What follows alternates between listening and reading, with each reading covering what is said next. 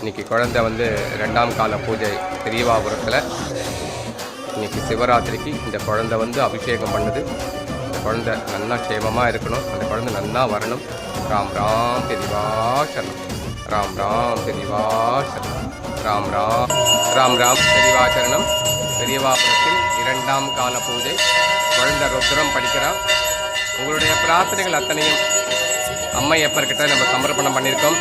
ராம் ராம் பெரியவா சரணம், ராம் ராம் பெரியவா சரணம், ராம் ராம் பெரியவா சரணம். ஓம் நம சிவாயம். தென்னாடுடைய சிவனே போற்றி. எல்லாரும் ஆரத்தி எடுத்துக்கோங்க. ராம் ராம் பெரியவா சரணம்.